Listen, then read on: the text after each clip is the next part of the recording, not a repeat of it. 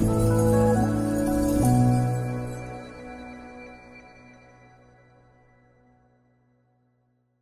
welcome to the Data Vault Friday. My name is Michael Olschimke. I'm the CEO of Scalefree. We have the session here every Friday, 11 o'clock Central European Standard Time, to allow you, the audience, to ask questions about Data Vault 2.0, data-driven applications, data mining, cloud computing, MVP stuff. Any data-driven question essentially is great here in this context. And if you essentially, you can raise a question anyway. So you can use the chat here, integrate in the client. You can use the Q&A functionality. You can just raise your hand. I will give you a voice. Don't misuse that. And I show you a form after today's session, or at least a link to the form, where I never showed the form actually, but I showed a link where you can essentially type in your question, and that gives me some prep time to create a very simple slide, to be honest. I just copy paste your question essentially. If you receive multiple questions, I will be cherry picking. I'm cherry picking at the moment, depending on my mood sometimes, or my, whatever. The question should be the answer is time boxed, so we have like 10 minutes roughly. I can speed it up really quick, but I should speak slowly.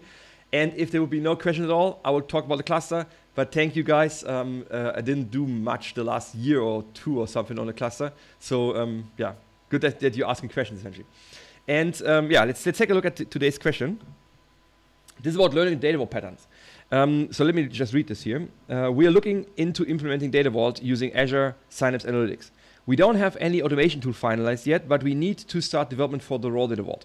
Is it okay if we start with Synapse Notebooks using PySpark and Delta Lake? Now here's the thing. Yes, absolutely.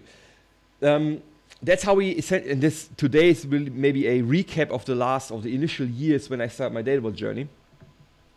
And that's how we started working, how we worked initially. We didn't have good automation tools. They were not capable of generating the data vault to the extent that we see today.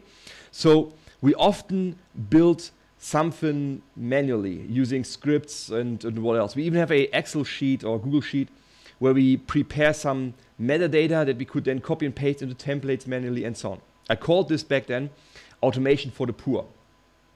Well, because these tools were expensive and we couldn't afford this internally, so we went for it and automated this way essentially. And we did this for a while, especially if the customer wanted to learn the patterns how to automate the data vault. That's the basic idea. You want to learn how it works, and that's why you do it manually in the beginning. But it's a time waster. You don't want to scale up on manual patterns or on these self-built patterns typically. You really want to use a off-the-shelf tool these days. There's no reason why you need, well, I want to rephrase this. In most cases, there's no reason to build your own generator anymore. There's plenty of tools out there. There's plenty of frameworks on different platforms that you can get, more business-friendly, more technical, and so on. More closer to the data vault standard or less closer, and so on. But there's plenty of tools out there which you can choose from. And there might be some reasons why you need to build your own generator. I fully grant it. So there might be some niche case or special case why you need to build your own generator. All these tools have flaws, all these tools have advantages, and you might have the spot where you can't automate this using a off-the-shelf tool. Fine. And I know some spots, but also a very low market, right? So don't expect to become rich in this niche essentially. So then, yeah, you can go for it. And build something on your own or build your own generator, but you really want to focus on the off-the-shelf tools typically in most projects. So in your case, what you want to do is, yes, you want to get started with the selection process for your automation tool, right? So look at what kind of tools are available, how do they meet our requirement, and so on. We can help you with that. So it's a little wing here. We're a consulting firm.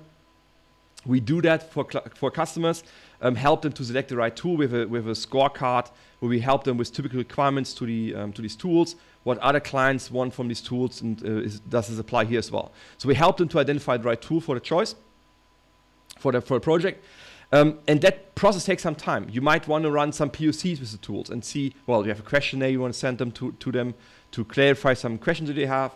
You might want to run a POC with the tools and see how they work and so on. So yeah, that takes some time.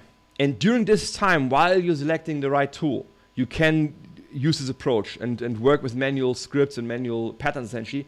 It gives you a good learning experience, right? It gives you a good learning experience to learn how the data patterns work, why you want to model in a certain way to derive business logic later on, and so on. So it has some advantages, but it's an expensive advantage as well, right? So we'll spend some time refactoring and fixing and so on. In the best case, what you could do is to really use this time to optimize these patterns for your use case, for your infrastructure, and then adjust the templates in your selected tool set to meet your patterns that you came up with. That's the best choice, with one caveat though. Every tool has limitations. So no matter which automation tool you select, they all come with certain limitations, and it's because of design. That's what it is.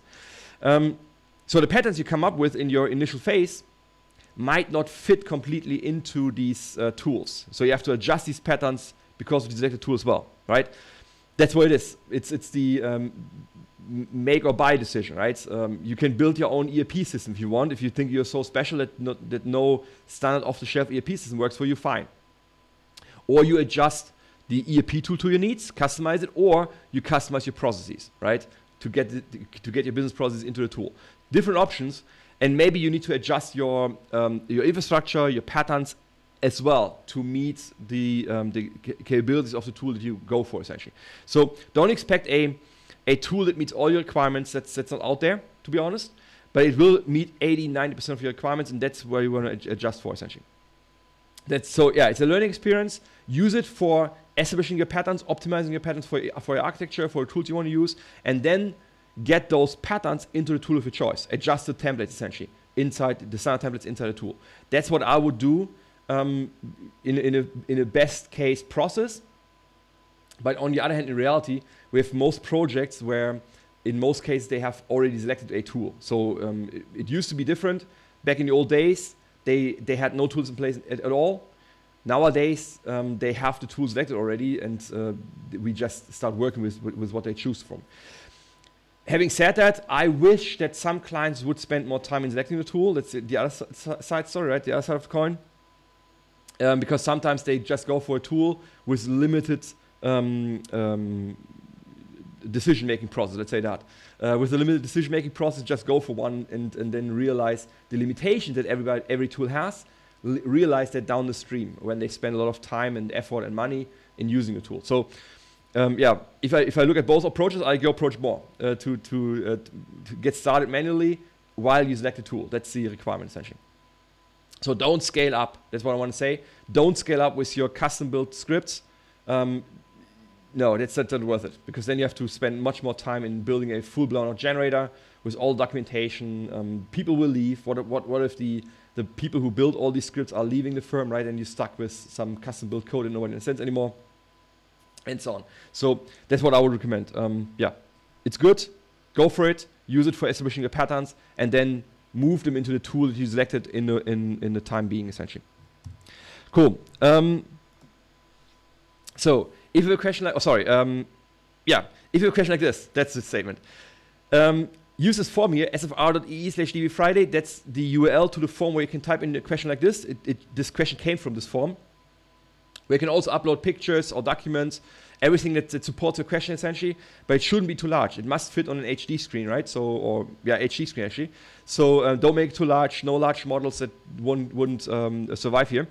And we also have other webinars on Warescape and DBT. That's essentially run not by me, but by the tool expert, because I'm actually not a tool expert. So they know the tools much better than me, and they essentially present certain questions or aspects from the tool, essentially, expert sessions. All right, and if you can't wait until next Friday, or for one of these webinars, they're on a monthly basis, you can also come to the Data Innovators Exchange. That's a forum-style community where you can ask questions every day, every night, and we have competitions running between Scalefree and Ignition Data, which is in Australia. We co-founded the platform, essentially. And there's a competition running between the consultants who's more faster and more better in answering the questions. So it should be all in your favor. There's a little prize coming up for the first winners, essentially. That's so they have some motivation, good motivation, actually, to answer your questions. So check it out. They're much faster. You don't have to wait until next Friday or longer to get your questions answered, essentially. Cool. Thanks for joining.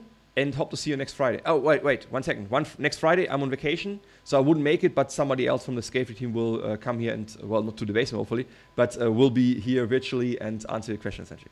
Cool. Thank you, guys. See you in 2 weeks then from now. Thanks, guys.